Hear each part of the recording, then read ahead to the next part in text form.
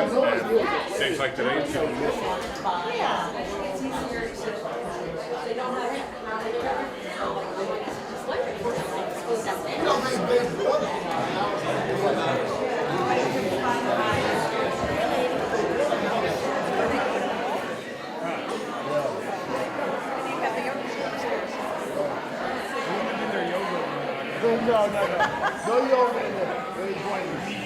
Thank you, and thank you, Julie Bluestone, for playing flute. We always,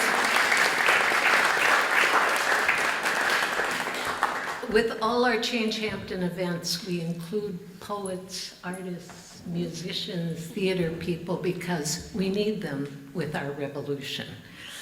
So, welcome to ChangeHampton's Toward a New Land Ethic. Principles and practices for landscaping for ecological and human health. You've all seen the propaganda we've sent out. We have one brief announcement that Fred Thiel couldn't join us this morning. He was sick all night, and he called very early this morning to say he couldn't make it. But Biddle Duke just jumped into the act at 8 o'clock this morning while he was trying to have a swim at the beach. And so thank you, Biddle Duke, for doing this. Okay, I'm Gail Pellet with ChangeHampton, and one of the things we like to do and start with is to just acknowledge, which I know you all know, that we are standing on the territory of Shinnecock and Montaukets. And we feel it's important to always acknowledge that.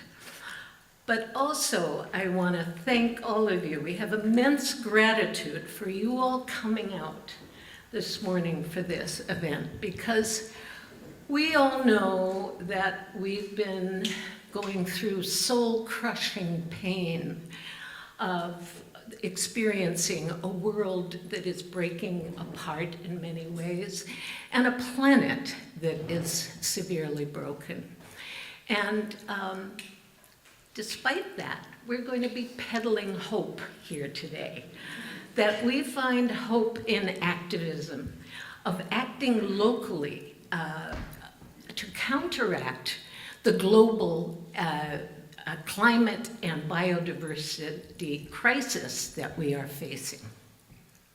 A little bit about ChangeHampton. Some of you may not know our story. We originally came together as a group of neighbors about 3 years ago. We were just being driven mad, and we were fiercely angry about leaf blowers. And we weren't scientists or profound trained ecologists or environmentalists. We were just a group of neighbors.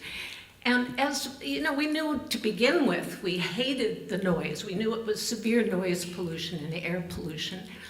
But we dug a little deeper, and we found out that the scientists have been trying to warn us about leaf blowers, that they're destroying the habitat of many beneficial insects, insects that birds rely on for food and for our native bees to regenerate over winter, and all of that.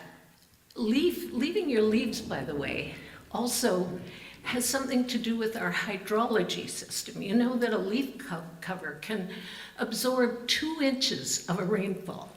So think about that, given some of the things that we're doing. So we decided we were going to look and stand in our yards and look at all the practices of landscaping, what was happening with this whole big feature that we have, especially out here, the lawn. We wanted to start taking that on. And so we organized and we lobbied the town government of East Hampton, and we created a big community pollinator garden in front of East Hampton Town Hall. I don't know how many here have seen it. Is Abby Lawless here? She was going to be coming. Oh, there she is. She is the designer of this gorgeous garden. If you haven't seen it, you should run over there today, because even at the end of October, it is looking gorgeous. Abby is also the designer of our new, it'll be 10,000 plus square feet of a series of native grassland pollinator meadows, also on the town hall campus. And these are meant, along with the original garden, to be ecological models for our community to learn from. Edwina von Gaal, sitting here on the panel, was one of our great mentors for these projects. And then we decided at ChangeHampton to design a website. Stefan Van Dam designed our website. You should definitely check it out if you haven't, to help people make this transition and learn. Because what we found is that most of us, highly educated folks, know nothing about how our ecosystems work. So that was one of our missions. But I also want to thank the Nature Conservancy here. Is Kevin McDonald in the room? Oh, okay. Kevin McDonald is with the Nature Conservancy for offering this gorgeous space for us to meet. And so a big thank you to them. You know that there are refreshments here. We have a great program. After the panelists speak, there'll be time for the audience. You'll all be able to raise your questions, concerns, your doubts. And then we have, after that, we have the raffle. Paul Munoz's company, Eco Harmony, is raffling off. You had a chance when you came in, and you can go back and quickly do it at the end before we do the final raffle. Pulling it out of the bag, you'll win 10 beautiful native grasses and plants that Paul brought here. And then we're going to have a screening of, Paul McIsaac has done a short video about what it means for a property owner to take the big plunge and transform a major lawn into a beautiful native and pollinator garden, and that would be in the conference room after this. And then you can also hang out a little bit. I want to thank the panelists for coming to do this today. Unfortunately, Fred Thiel phoned in sick. I think I told you about that. Oops. All right. And I thanked Julie Bluestone. Okay, so we all know that we're in serious trouble. We know the scientists have been telling us that in the last 50 years since Earth Day in 1970, we've lost something like 3 billion birds. We've lost 2/3 of our wildlife. Those are pretty big figures to wrap our minds around, but we all know, we all have personal experiences of the loss of fireflies from our yards. We no longer have insects hitting our windshields, etc. We've seen the birds disappear. And so we have built a movement that is trying to address all of these issues of biodiversity. And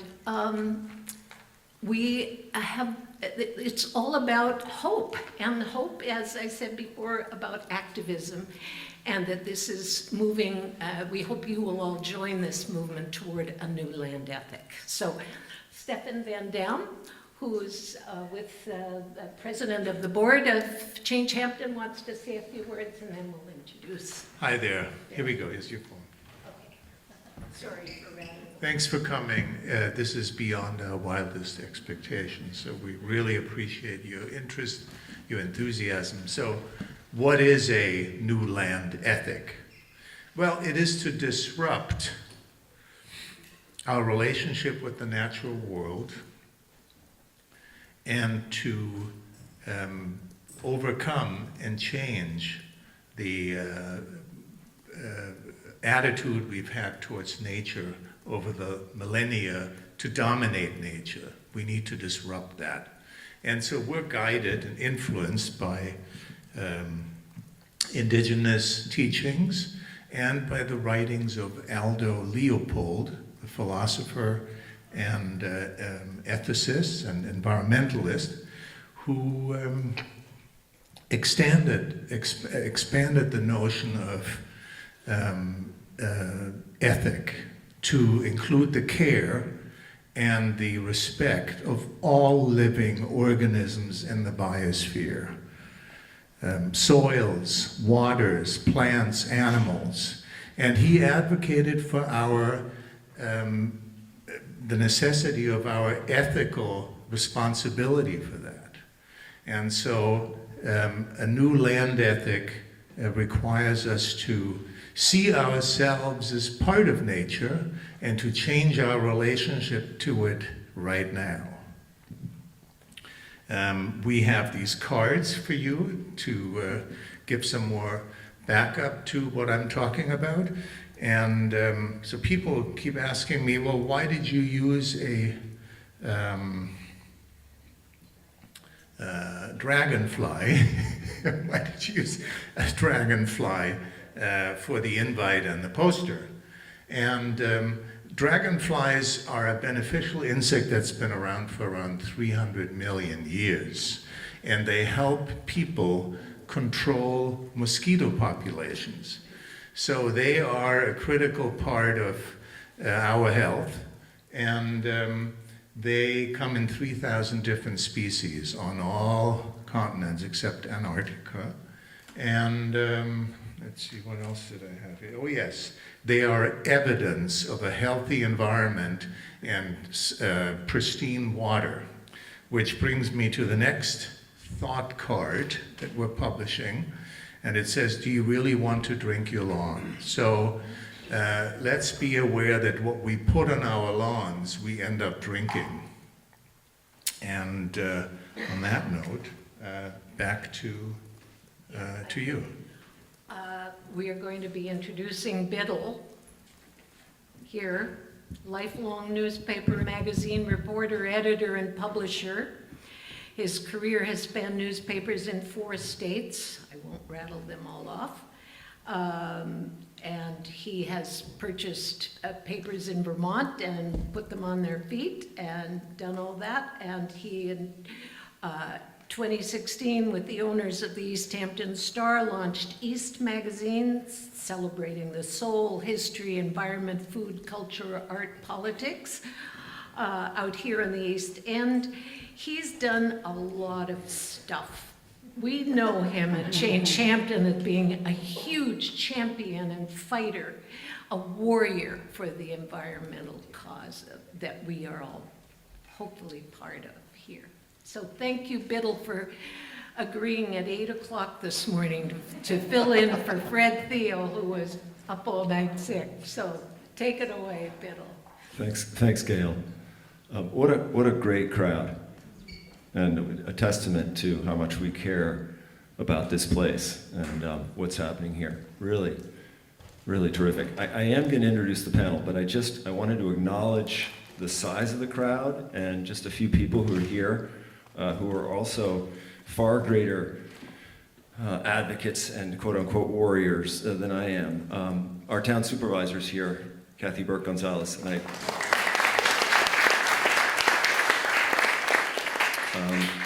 without Kathy and Kate Rogers, who's also here,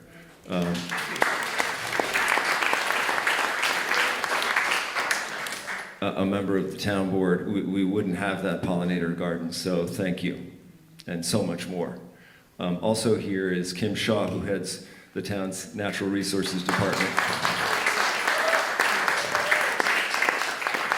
And there are many others, but I also want to acknowledge Sarah Davison, who's run and led the Friends of Georgia Pond for at least, well, since it started. Sarah, you're here somewhere. Thank you so much.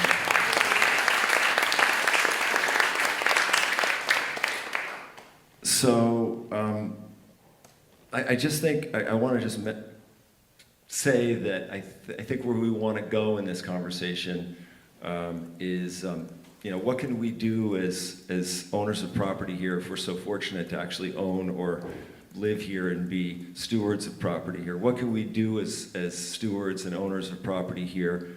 And what can we do as advocates? And also, what can we do as public policy leaders to change human behavior and guide us in a much more sustainable, healthy direction? I think if we can sort of answer that question, among many others. That's, I think, where we want to go. The panel. So Edwina's my neighbor. That's the most important thing. And Paul is my advisor to my little property. That's Paul Munoz, Bram Gunther, who I'm just meeting because I was swimming at 8 o'clock and I got this email, and Jason Lagerin. I'm going to actually ask you guys to introduce yourselves, if that's okay. I could read from this, but I think you'd probably do a much better job than me reading. So why don't we just start with Paul? Good morning, everybody. Thanks for coming out. I'm Paul Munoz, and I run Eco Harmony Landscapes here in East Hampton. I'm also chair of the Energy and Sustainability Committee for the town. And I started this journey, I think it's 8 years ago, out of a need for, same as the blowers, I was sick of them, and trying to find an alternative. And so my path was with the tech. How can I bring in electric equipment and do what gas has done for years in this industry? And I've transitioned into native species, learning about native plants and how we are so interconnected with our natural environment. And we started as a way to empower homeowners that there is an alternative, and hopefully inspire other landscapers to also make the transition. And basically our approach is, there's no one cookie cutter approach. Every property is different because you have different soils, you're next to conserved land, or it could be anything. And acknowledging that first, that it's not one approach to everything. And like Gail and everyone else said, keeping in mind that we are part of nature and we cannot control it. So hopefully throughout this talk, I'll share some things that you could do on any size property that you may have, and any little bit makes a big impact. Thank you. Bram Gunther. It was until you turned it off. Now, my inclination was not to use it because I project, but I'm going to use it. Thank you for having me here. I'm Bram Gunther. I'm trained as a conservation ecologist. I was the chief of forestry, horticulture, and natural resources for New York City for 20 years. I'm also the co-founder of the Natural Areas Conservancy. I'm now on the board of the Conservancy, and about 5 years ago, with some partners, started Planet Wild, which is what I'm going to focus on today, which is a design, build, and monitor ecological restoration company based in Westchester County in New York and Fairfield County, Connecticut. And I see the larger metropolitan areas of America as the third wave of American conservation. I know that's a high-minded statement, but I'm going to stick to it. The first wave was, of course, the great wild lands of the country. The second wave was really in the confines of our big, dense cities. But we've left out the suburban, larger metropolitan areas in our conservation approach.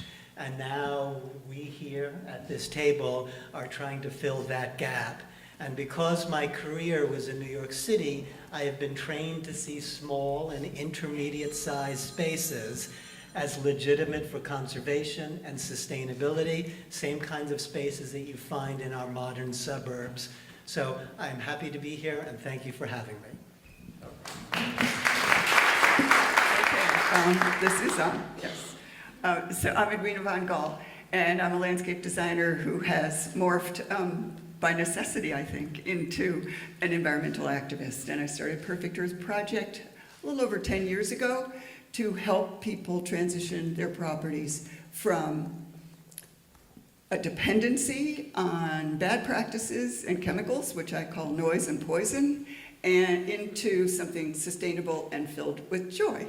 So what we are doing, so here I see so many people in the audience today who I know, and commonly people come to me and say, well, you're just preaching to the choir. Doesn't that get depressing for you? You know, like, and I'm saying, absolutely not. You are my choir, I don't know if you know about morphic resonance or, river children, or just the power of positive thinking. Each one of you resonates the actions that we together are going to ask you to take.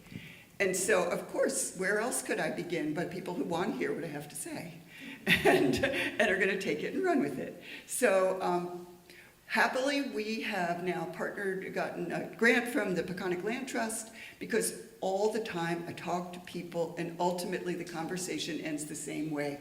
Could you just come over?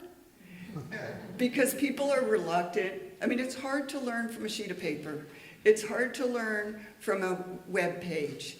People want to know their properties, and to me, that is really, really critical. You need to know your property. You need to be able to know what's under your feet, recognizing the fact that when you step on the ground, there are billions of microorganisms there, and they're your buddies, and all of the things that are then coming from that, and how to work with your land in a positive, pro-nature fashion, and try to resist the incredible amount of marketing and pressure that is going to be put on you forever by the highly lucrative world of noise and poison.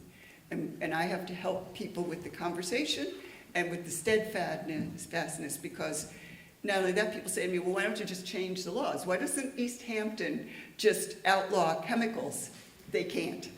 There's something called the preclusionary laws that are in most states in the United States. Guess how they got there? That you are not allowed to create laws in a municipality that are more stringent than the state laws regarding the use of chemicals. So take that off. So I'm turning to all of you, individuals. Don't buy it. Just don't buy that stuff. You're more powerful than a law, because you're doing it because you want to, and you're doing it because you're buying into the process, not the products. And that's a whole lot more beautiful than just being told you can't buy it. It's because you don't want to. It's because you're moving towards something, not being pushed away from it. So Perfect Earth with Land Trust is now able to come to your home. We have what we call the Living Lands program. We distinguish working lands as lands that are being cared for to produce a product, food, fruit, or fiber, and living lands is everything else. So this is what Bram's talking about too. This whole amazing area of land that's ours to decide what happens there. And not only is it a wonderful process, it's good for you. And so we will come to your house. So over there, Molly is there. She'll be here signing you up afterwards for your free visit. We come for an hour, we give you all the ideas, help you set goals for your environmental standards on your property. We will also be organizing workshops all through the winter so that you can get support and create a conversation between experts and you that is personal to your, what we call landscape therapy. Okay, how well do you know your land? Are you listening? Are you in a good relationship here? and that's what we'll be doing at various locations around the Hamptons in the coming year, so that with the visits support each other. Thank you. I should probably make a joke here about the length of introductions, but no, go for it. Hello, everyone. My name is Jason Leverin. I own Whitney's Landscaping in East Hampton, and I'm a partner in a company called Down to Earth, which is focused on regenerative soil solutions. And, for me, I've been a longtime advocate of organic and sustainable landscaping, and a practitioner. And for me, the whole thing is about educating homeowners and showing them that there is not a trade-off between aesthetics and having a toxin-free landscape. I'm also a landscape designer, and most of my designs are informed by local plant communities and those types of interactions. And I think it starts with a strong foundation, building healthy soils, getting these properties off the sauce, so to speak, and I show people how to do that. And it's all manner of properties, and it's open to everyone. And I think we have a problem out here, and it's a problem that is so vast when we think about things like climate change and ecological degradation, and when you think about them in the vastness of these problems, it's people are like, what can you do? And really the answer is right in your yard. You can start there, and there's so much you can do on your property to combat the spread of climate-driven invasives and make your own land, a place of, production, and a place where you can experiment with natural plant communities and have a healthy, contribute to the health of the community. And yeah, so that for me, it's mostly about educating and showing people who a lot of times don't know that there's another way, and it's certainly achievable. Great, thank you all for being here. On a beautiful Sunday, and welcome. So we are going to get into how you do this, what it looks like, but I want to go big picture at the beginning here, and Bran, maybe you can answer, sort of talk about this issue, and that is, how is my yard, how are our properties connected to the climate crisis and the biodiversity crisis? Why does it, I know you could talk for an hour about this, why does it matter? But can you connect us to the bigger, our little lands to the bigger question, to the bigger crises that we're in? Yeah, I can do my best.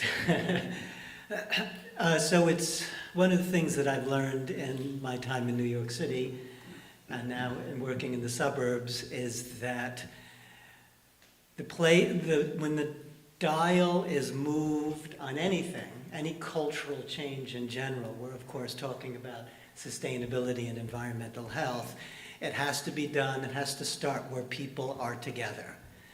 It's why so much has been moved through cities, and those policies and those ideas have moved across the country from the cities. It's because it's where we are. I, of course, now describe it as larger metropolitan areas. It's where we are, where we interact. It's partly what Edwina was saying. It is your land. It's the thing that is most personal to you. And that is where it has to start. It can't start with big international abstract ideas. That's too much to tackle. But if you can make your land, if you can know your land, and you can make it environmentally healthy, that then spreads to your neighbor, to your community, to your region, and ultimately nationally and internationally. It's where people come together and where ideas and change percolates. So let me answer in that broad way. Okay.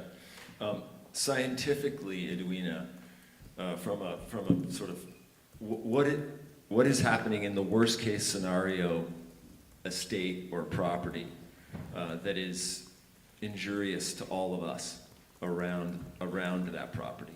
Tick spraying. In a nutshell.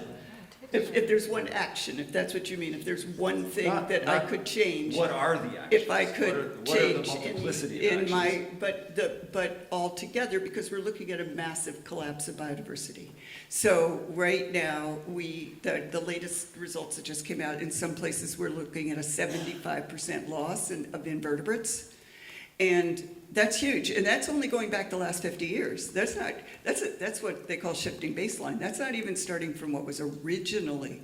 Where is original? That's a little hard to pin down, but we know is that we're losing species at an alarming rate, and we can control that in our yards. But anything you kill, like maybe it would be good to know what it is before you kill it.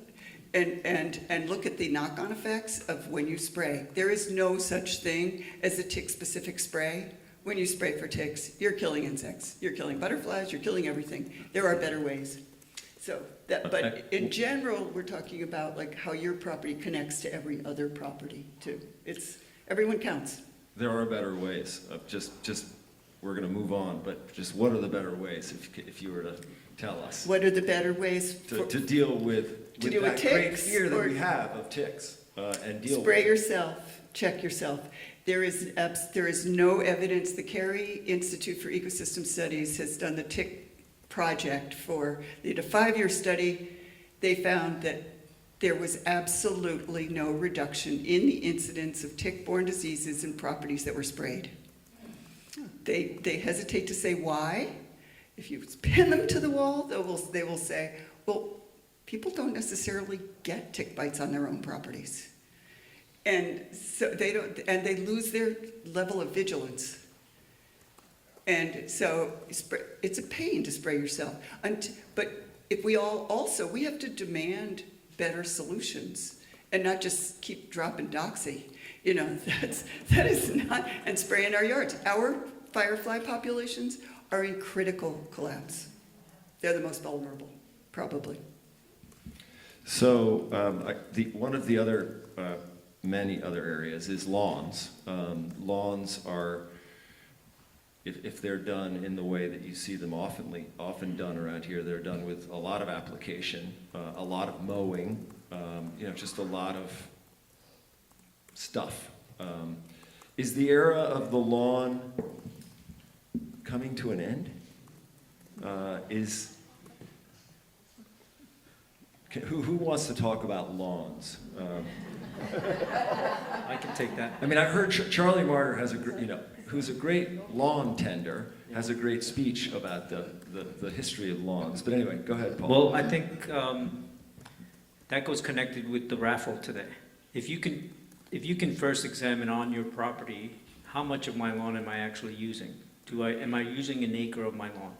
Or is my landscaper going to come and just mow it for a week and he's actually using it to maintain it? So you could start there. And everybody has a spot on their property that's lawn that they could convert into a little meadow pocket. Pocket meadow kit is what I'm giving away today. So you could try that out and see that you don't need that lawn. I'm not saying get rid of all your lawn because you need, an area to play and your pets and everything. But it starts there. How much do I really need?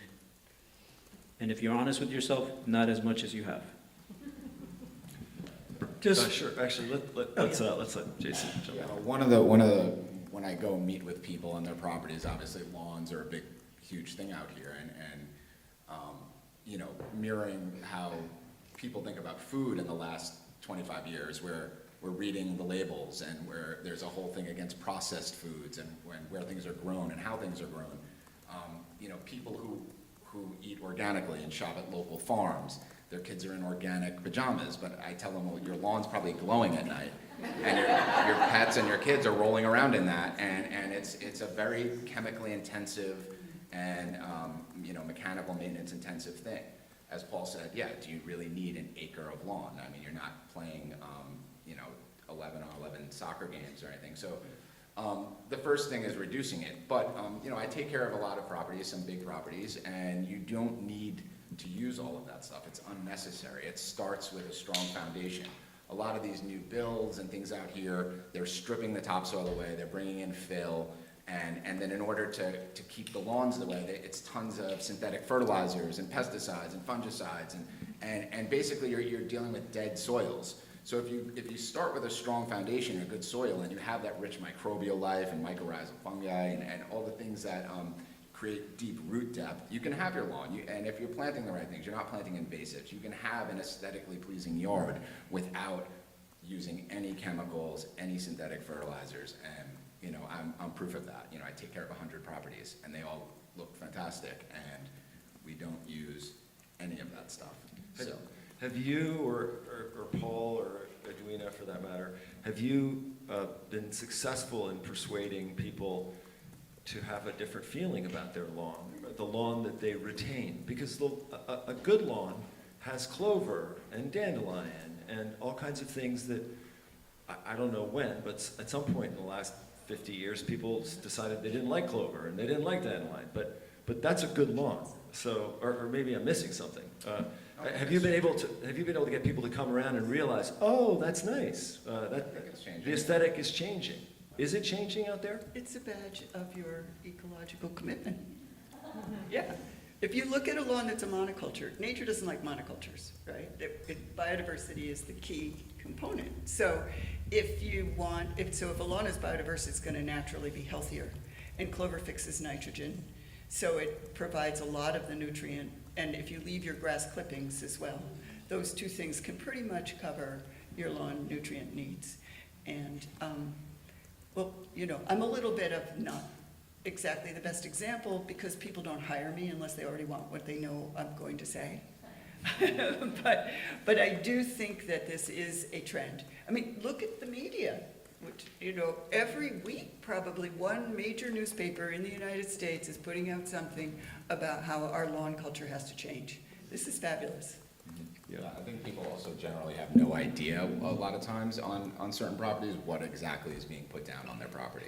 You know, you're sold a bill of goods, you get all these scary diseases that you can get, and, you know, they don't really know what is actually being done. So, you know, a lot of times I'll take people through it and they'll say, you know, I had no idea, you know, and there's these harsh toxic chemicals being sprayed, probably 99% of the time unnecessarily. You know, you can't treat a lot of these things preventatively. So someone coming to spray your trees every week doesn't do anything. You know, you're spraying, it's like taking antibiotics every day.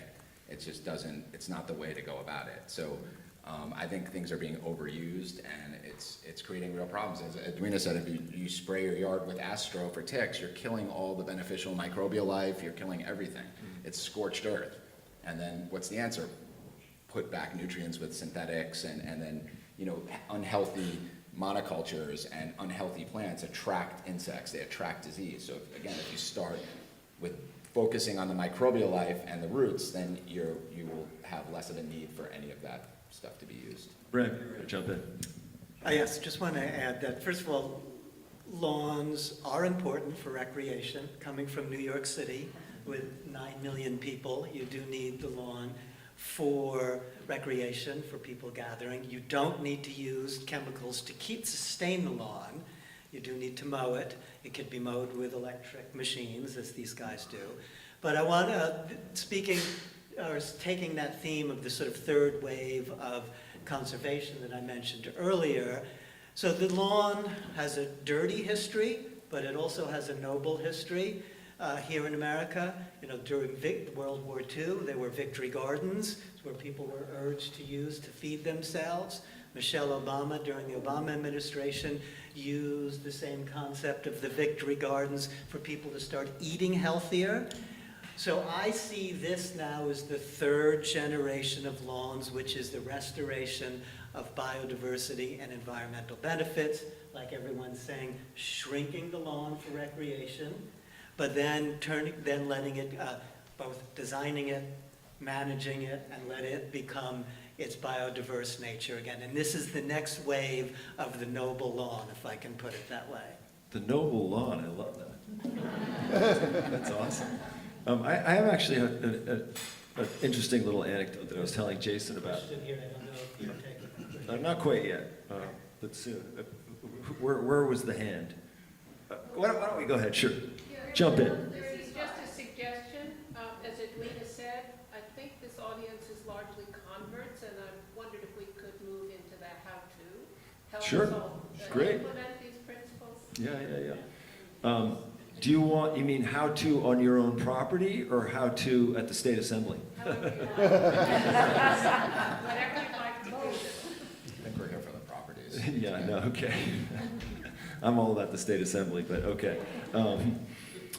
Yeah, how to. You're a how-to guy. Or Paul, you can go afterward. You know, let's let Jason go, and you're a how-to person too. So. It's kind of how to what? So maybe we ask. Where do you start? You've got a property that. Yeah. How do you start this process? Make a commitment. Yeah. Make a commitment first. Yeah. Understand your what ecoregion are you in? What kind of soil do you have? And choose the plants for the soil. Don't try to change the soil to suit the plants. I call it assisted succession. So you work with what you've got, and that's why we try to help people individually, because it's not easy to, it's like raising kids, you can't raise them all the same. Right. So in terms of the actual process, why don't you go ahead, Jason? Well, yeah, like, you know, as Edwina has pointed out a number of times, there is a renaissance sort of happening with this, where this type of design and the type of plantings we do have become outdated. You know, like you're using sod that was grown in a very chemically intensive way, and you know, the whole boxwoods and you know, your basic landscape stuff, but of changing the way we think about it and planting things that belong here, planting natives that thrive here and that have a rich cultural history here, and you know, and all of that is a good starting place. And you know, I could talk more about how to talk to your landscaper and you know, actually read through what's being done there. I mean, the landscapers are going to do what you tell them to do. So that's where it has to start. So if it's the same way when people demanded that we make a change in our food system, industry and agriculture followed suit. So I think if you demand that you have your landscape contract examined and see exactly what's being done there, exactly what's being put down, exactly how much water is being used, exactly what's being planted, we start having these conversations and, see that most of it is unnecessary at best and harmful at worst. I mean, I guess one of the questions I would have is, sustainable, healthy property requires less maintenance, no applications, chemical applications. So there's a huge incentive on the part of a property consultant, landscape consultant, to do more. So if for business reasons, that's a hurdle, right? So I guess I don't know how to ask that question, but yeah, there's a question there. The property owner needs to also be driven by, not only listening to the advisor, but also be driven by, their own instincts, it seems to me. Could I ask the audience a question on Sure. that one? So, if all of you are, maybe consider yourself as already having a contract with a landscaper who is applying some things to your property, would you pay the same amount for them to give you their intelligence as their products? All right, there's your answer. Yeah, yeah. I've got a real specific question about that, though. We've tried over the years to convince our landscaper, just all he does is mow, and he's wonderful, mow the parks that need to be mowed. But we can't convince him to change to electric because he says the cost will be so much higher, not to acquire the equipment, but that it takes much longer in addition to the equipment replacement. I would like to know how to convince him. Paul is the- He could plug into our solar, Yeah. but we can't. Paul is the perfect person to So- answer that question. Could everybody hear that? Yes, we could. Do you want to repeat just?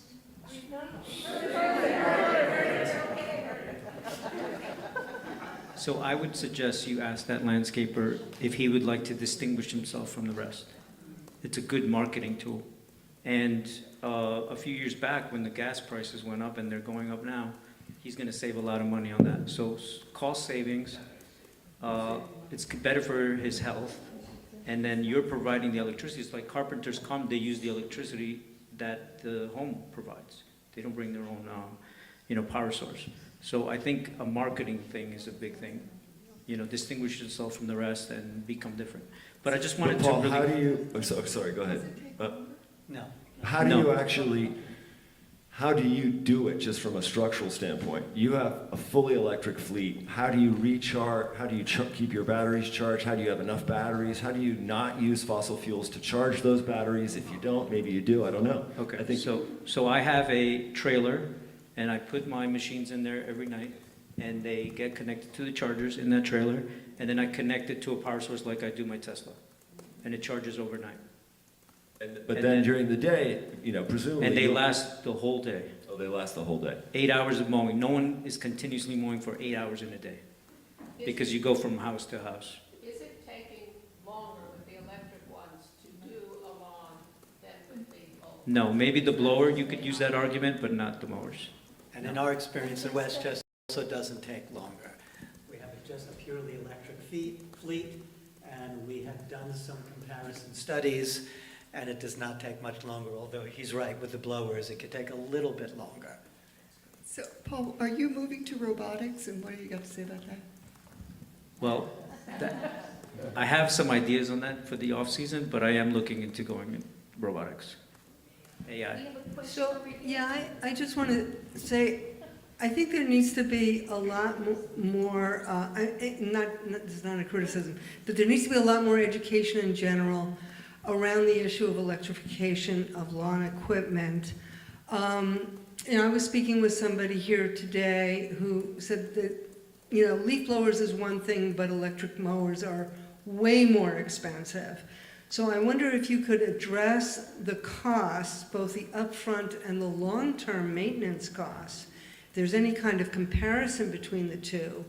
And, you know, how can landscapers think about in stages? You know, what would be the most critical thing to electrify first and then to go from there?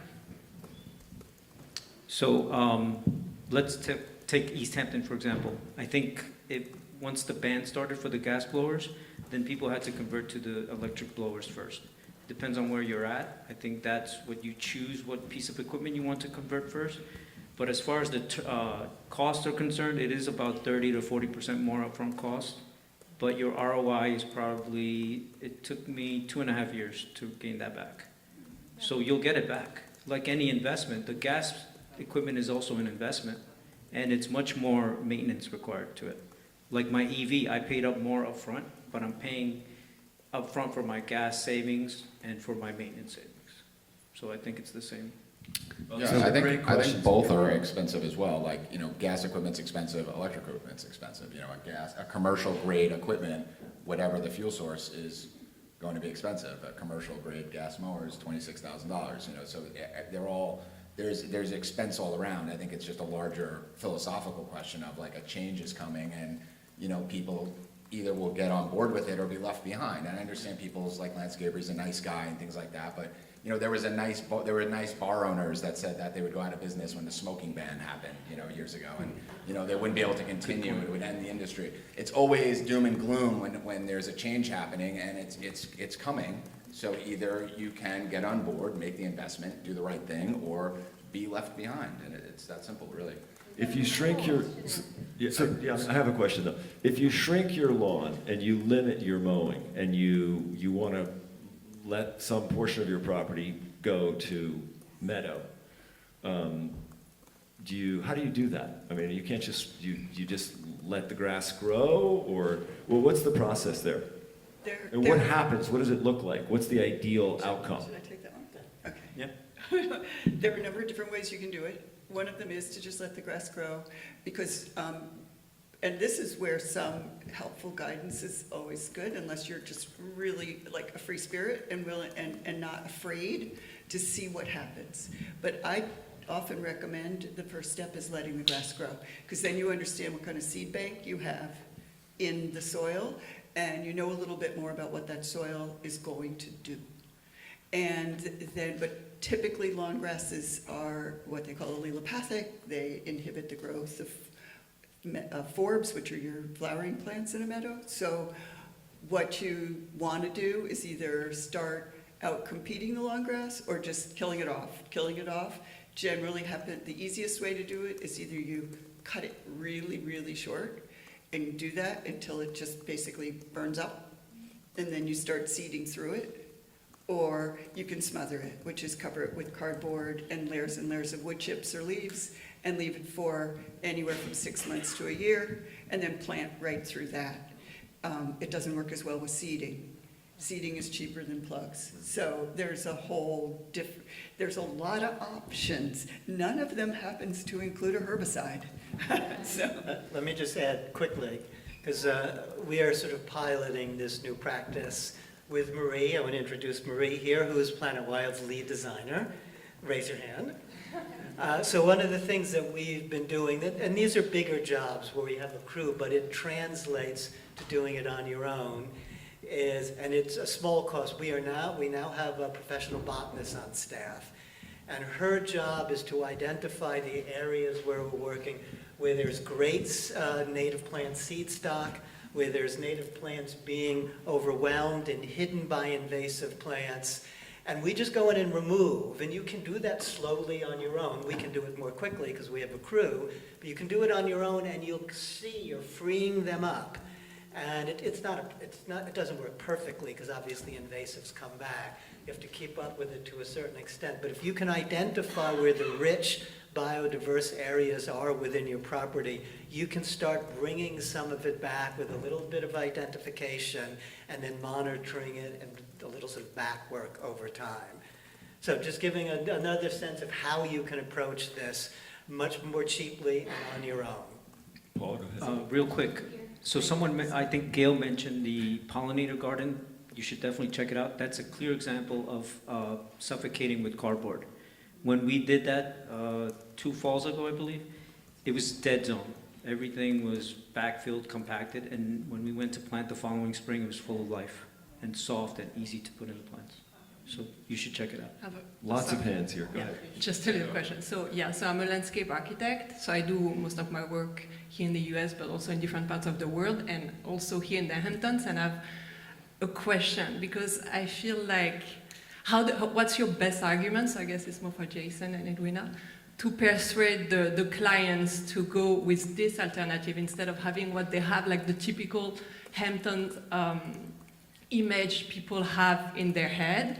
And I feel like here in the Hamptons, I compare to other parts where I do work, it's harder because people are almost, not us, but like obsessed with garden being neat, the same are inside their house, so it's a real struggle. And I just want to know what's your best argument, what do you push forward to change people's head, and so they know, like people who come see you, they know what they want, but like, as like a newer landscape architect, I feel like I have to like really like work really hard at it. Yeah, how do you Precedence. change the aesthetic? And do you actually see people, I think I asked this question earlier, is people's aesthetic changing? Yes, and precedents, they're afraid. Right, they want to be They're like their afraid. neighbors. They And, see. yeah, Yeah. peer pressure is huge, but for instance, that garden at Town Hall, not enough people know it's there, but so by extending it out to the highway, that's huge. When people start to see what it looks like, it takes a long time. Yeah. It's slow, and it's drip, drip, drip. But by all of you getting out there and doing it, the key is, make it beautiful. Don't try to do more than you can manage, so that none of it regresses to, you couldn't handle it. Do it small, a little at a time, and make it beautiful. What is your best argument, though? I think that's what she was Oh, I like asking. That is my argument. Yeah, that is Go your and argument. look at where it's happened and see the beauty of the place. People come to my garden, which is a complete, it's wild. But people are there, and they're surrounded by the butterflies and the birds and the everything, and they say, oh, I can live with this. Yeah, I yeah. like this. They have in their minds. So one of the things is to start to ask them, what do you think would happen if we did this to your property? And it's really an interesting, that's part of our landscape therapy. So you're basically saying, what are you afraid of? And diving into where their reticence is born. What are you afraid of? I Interesting. think I think they're afraid of the words boring, cookie cutter, toxic, and you're, being outdated. I mean, you look at, what do people in the city love? They love the High Line, they like the new perennial movement, the naturalistic designs, Pete Udoff, or doing Van Gogh, like all these, these great landscape designers are now taking a naturalistic approach to things. I mean, the sort of formal, garden made up of invasives, like having, and it is aesthetically pleasing that, your undulating curves and your, naturalistic planting style. Once I show people that, they almost across the board opt to go in that direction and sort of have a softer, naturalistic landscape rather than a boring suburban cookie cutter. I mean, people fall in love with our, our natural beauty out here. That's why people come out here and spend a few dollars to be out here. So, to come and mow it down and put sod and a row of evergreen trees around the perimeter, and it's boring, and I think it also contributes to the toxicity. Let me just- Toxic is a really strong argument. That is the most compelling. it seems to me. And on that point, the most effective message that I have experienced in my career, not just now at Planet Wild, is personal and family health.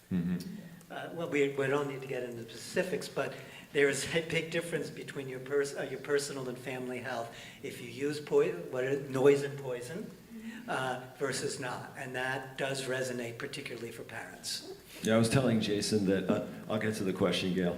I was telling Jason before this session that I had a guy come on my property to test my well water, which in our watershed's at about 18 feet. He walked onto my property, he looked around and he said, oh, your well water's fine. I said, well, are you gonna test it? Well, I'll test it, but I don't need to. you have clover and dandelion, everything's wild, everything's growing, and your well water's really shallow. It's conditioned on anything that happens within about 100 feet of your wellhead. Tested my well water, he said, I'd love to give this to my kid. It's an interesting little story. Hands. Jane, I'll get to you. Go ahead. Sort of a question going back, unfortunately, to leaf blowers, and also tying it to, I think, things that we can do.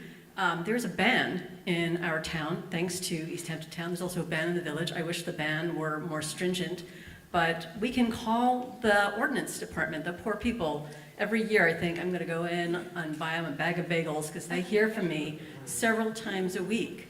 And I think, I guess my question is, how effective is that?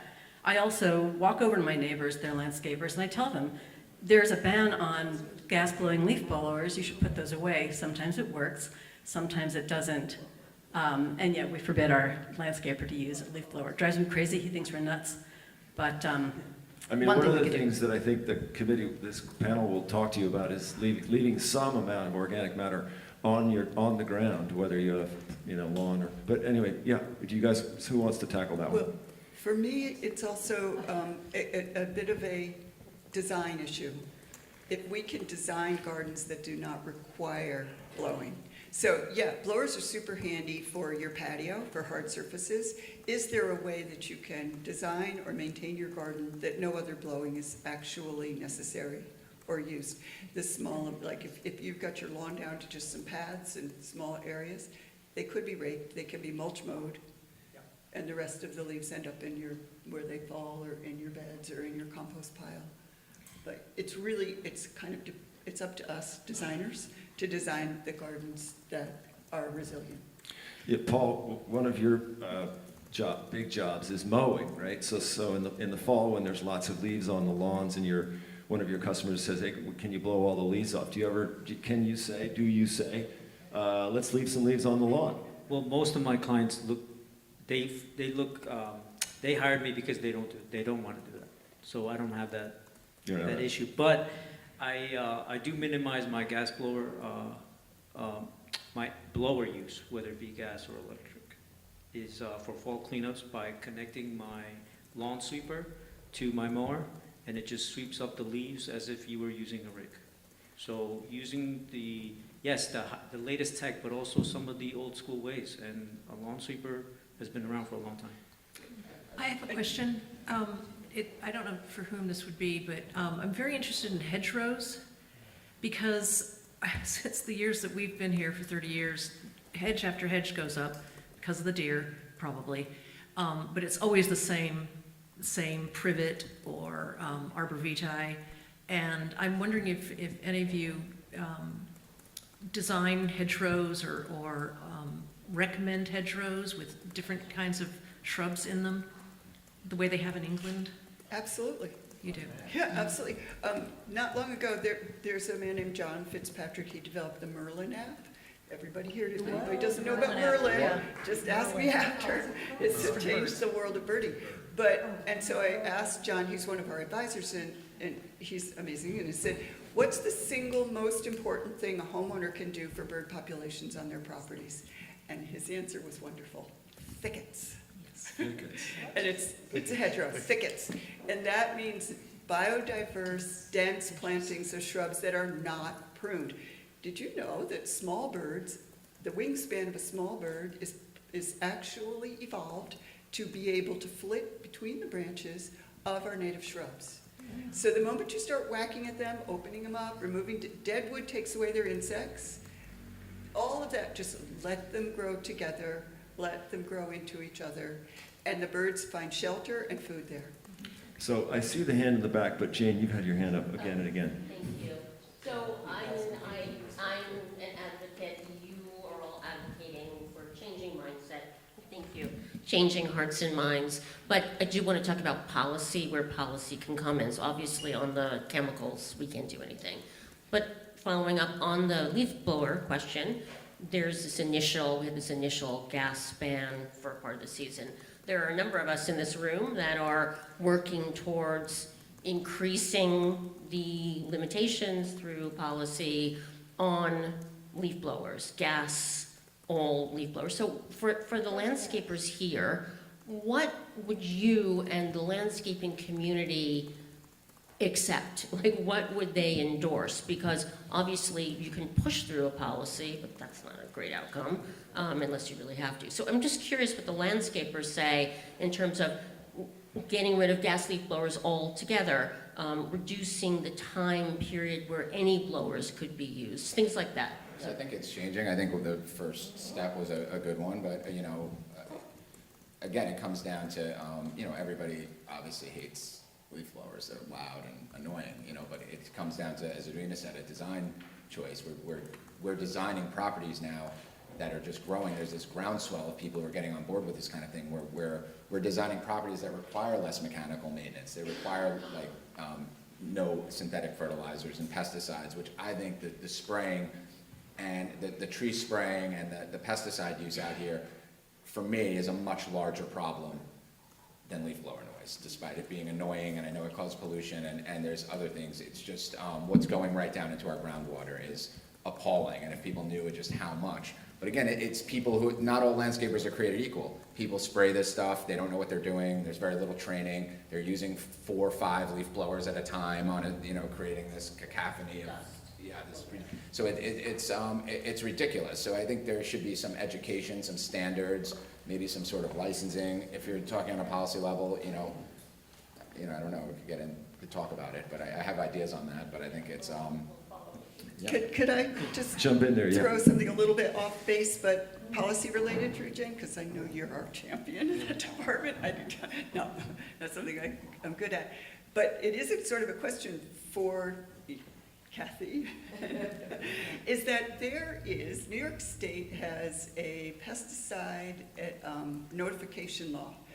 And you're required, as far as I can tell from reading the law, that you're required to, as a pesticide applicator, to notify a neighbor, because people are always asking me, what do I do about my neighbor? They're spraying. One person told me, my honeybees keep dying because they're next to the property line, and the neighbor's spraying is drift. And I said, well, what about the notification? Are you being notified when they're, and they said no. And a truck pulled into my driveway the other day, and he was at the wrong address, and he was looking for my neighbor, and he said he was here to spray. And I said, well, I haven't been notified. And he said, no, I don't know what you're talking about, lady. And I said, well, I'm supposed to be notified, right? And nobody's doing this. And so I wrote to the DEC, but I have not gotten an answer, but they're slow, we know that. But I'm very curious about, are there exceptions of which I am unaware? Or is everyone, because I know that you have a problem with the peddler law, that there are pesticide tick sprayers going door to door, which is clearly illegal. But how can you go door to door and spray and do the notification? That's kind of impossible too. So I would love to find out what the story is on that. Well, we're not going to put Kathy on the spot here. Let me just add, quickly. There's only two DEC people for Region 1 that do this. So enforcement is an issue. So if you have a policy with no enforcement, it's just words. So if there's literally in Region 1 of DEC, there's two agents that enforce these things, and you have how many landscape companies from here to the border of Suffolk County. Bram, you were... Let me just add quickly, because it's a long discussion, but in New York City, my experience is that policy was driven by science. And in the city, we were able to use really good environmental public health data to change the laws. Now, in the city, we're talking a large swath of land that we were making policy for, not an individual garden by individual landscape. But public health data, there's really good science data now that policymakers can use to justify their decisions. But these guys are right. Without enforcement, it's the neighborhood that's going to have to enforce it. There's just not enough enforcement people to keep up with all these laws. I see a hand in the back. Yeah, we need that one. Can I? Yeah, jump in. Yeah, just a little personal history. I have a piece of property in the Springs, and I've had it about 30 years. And when I moved in, there was an acre of land, part of my landscape, which was dense. I couldn't see into it. There was so much understory. And here, 30 years later, there is no understory. So I think there's kind of an elephant in the room here, and I'd say it's the deer in the room. And I'd like to hear what the panelists have to say, because I frankly think you could talk about a lot of things that damage the environment here, but in my experience and my own observations, just driving through this landscape, particularly in, out of town a little bit, it's been completely destroyed by deer. And it seems to me there has to be some, at least that's what's eating, I've watched them eat it. So what do you do about that? I mean, it's, I'd like to hear your thoughts. Do you want a local response or a? Well, I can give you a broad response. It's complicated. So in Philadelphia and Washington, D.C., they were able to start a deer culling program within the city. Within city limits, it's easier to manage a deer population because it's so dense. We tried to do that in New York City. They said no. Instead, they gave us permission to use a sterilization program, which has sort of worked, but New York City only has deer pressure in Staten Island and the Bronx. And so it's easier to sort of keep the edge front, safer versus the suburbs like Westchester, which is similar here, where they're just everywhere. And I think culling is the best, but I don't know if it's going to get through local politics. It's been a long-standing battle in this town around this issue in the village and the town. So the only three approaches are that, like culling, fencing, or letting your property, doing your best to find plants that deer are not interested in. But anyway, can we talk ahead. fencing? Go ahead. Like fencing is your answer? Fencing. Fencing. Yeah. You do not have to fence your entire property. You can leave a deer zone around the edge. But deer are destroying all of our natural forest recruitment, which is the next generation of trees, and wiping out our pollinator wildflowers. So we need to keep them out. And I think that it's a good balance, that trying to fight the anti-culling crowd is not my choice of how to spend a day. So I'm happier just keeping them out. So about half of my property is now fenced. There is a way to do it with a fence that meets code, that's a double fence at 4 feet. Perfect Earth is gonna put my design on our website one of these days before And it too long. works? The But you 4 can- feet works? You have to have a double fence. Double And fence. and the inside fence only has to be a post and rope, so that way you can access it for maintenance. You don't need 2 full fences, you just need a fence on the outside and a rope on the inside, so they can't climb over and get tangled in it and stuff. But, because, front property line, 50 feet back, has to be no more than 4 feet, that's the code. Beyond that, you can go higher, you can go up to 6, but even 6 isn't enough unless it's solid.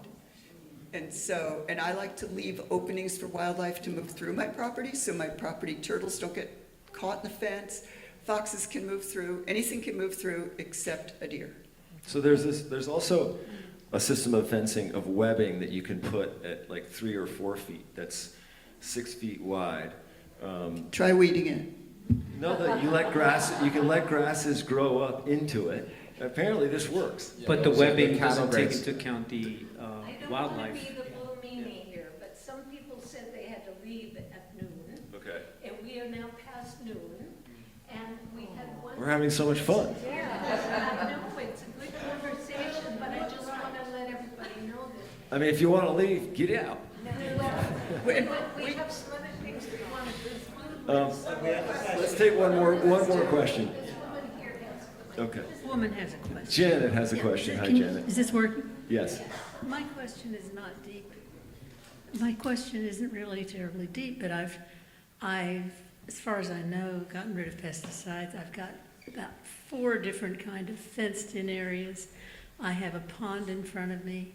I can't keep the deer out, but I've been noticing the turkeys are paying a lot of attention, and I've also got crows digging up everything to get rid of grubs. How do we incorporate these other critters into our plan? Call Perfect Earth. What? Sign up for a Living Lands visit, And Tim, who is our living lands manager, will come to your house. His background is in wildlife management. Okay, that's very specific, thank you. Can we take one more, Gail? One more question. This woman had to have her hand up for line. We'll take both of you. Okay, You thanks. first, All and right. then This is, hi there, this is a little backing up a bit. I wish our biggest problem was electric or gas blowers, but I'm actually from Stony Brook. And new people are coming in and they're chopping down 60-foot oak trees, putting in lawns. We have 90 homes in our association. And I do have a board meeting tonight, as a matter of fact. So my question is, I mean, I know I just put compost on my lawn. I've been doing that for 5 years, and seed, and I don't use any pesticides. All my neighbors, they have their Scots 1 through 10 going on, and the tick spray coming in, and knocking down these beautiful old trees, and putting up like Disney lights all over the place. And so how do I approach? Is there a resource for me to reach out to my neighbors that is not going to offend them, to a kind of step-by-step way?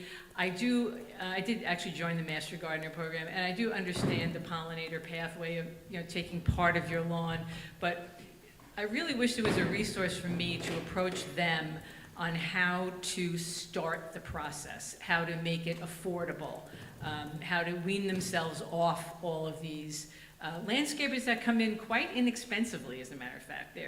So they're all looking like, is there a cost-benefit type thing that I could put together or be helped to put together? What are my resources here to get that done? I mean, that is such a difficult conversation, But it's yeah. one that we get a lot. I mean, you want So everyone we here to are be working, advocates. we are working on that. Yeah. And so it was said earlier, it's about their health. Focus on their personal and pet health. It should not be your voice. It should be the voice of an outside expert. Mount Sinai has an incredible children's environmental health department. They have experts who can come. You can organize a community conversation that has other topics as part of it, so that it isn't the one thing and it isn't an attack on something they hold dear. And we do have the deer issue as well. That kind of deer. But you have to, it can't be you out there pointing your finger at them. It just doesn't work. I'd like to be more specific with that question and suggest that you invite them to this meeting and maybe have someone in your local community that can talk to them about their personal health. I think that'll change to what Bram said. If you have them learn and empower themselves with what they're doing by doing those actions, I think that'll go a long way. God, Also, it doesn't have to cost more. It's a myth that doing things in a sustainable, organic way is more expensive. I mean, petrochemicals and things like are expensive. Pesticides are expensive. It takes lights are expensive. Yeah, it takes more than a decade to get a pesticide to market at great expense, millions and millions of dollars. So the pesticides are expensive. So there is not it's the argument they used to make with the food too. Like if you get healthy food, it's going to be so much more expensive. But it's, again, it's for the health of people and the community. And there are resources where you can show them, data of it's not a cost. We can. The largest incentive for positive environmental decision-making comes to adults from their children. Do something at your local school. One more question? Okay. I really enjoyed this. Thank you very much. I've never used pesticides on any of my plants or my lawn, and I'm here to see what I can do to help my lawn. I know I'm not going to use pesticides, but my lawn is a mess. And every time my gardener comes, he yells at me and wants to put in chemicals, and we have the same argument. So I read somewhere that I should add mycorrhiza, which I do through biotone, and someone said use kelp. I've never used kelp on my lawn, and I've tried to compost my lawn, and it made it a mess for months and months. So what you and I was also told to water my lawn for an hour and a half and once a week.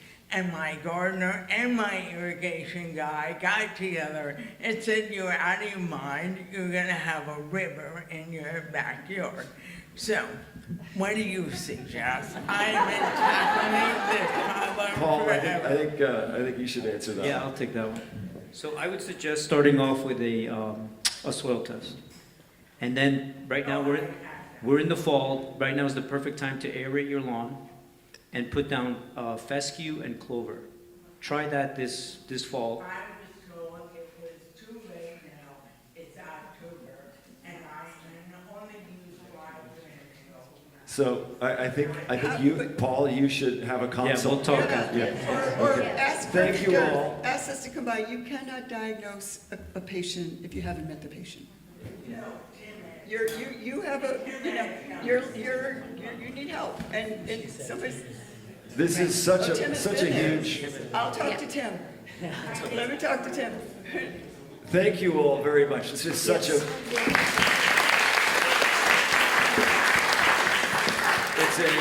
It's such a big topic. We could sit here and talk all afternoon, but our panelists are. Before you leave. Hold on. Hold Hold on. just wait. First of all, we want to thank our panelists and Biddle-Do. This has been a really helpful and informative conversation. Also, Bram Gunter came out on his birthday,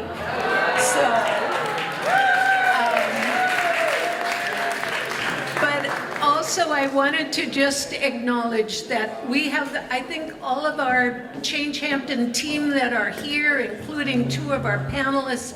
Can you stand up so people can see all ChangeHampton? Lori, where is she? She was somewhere. Barbara, Paul Gartside, Bob Crozier, and both Jason and Paul Munoz. We are going to have a raffle.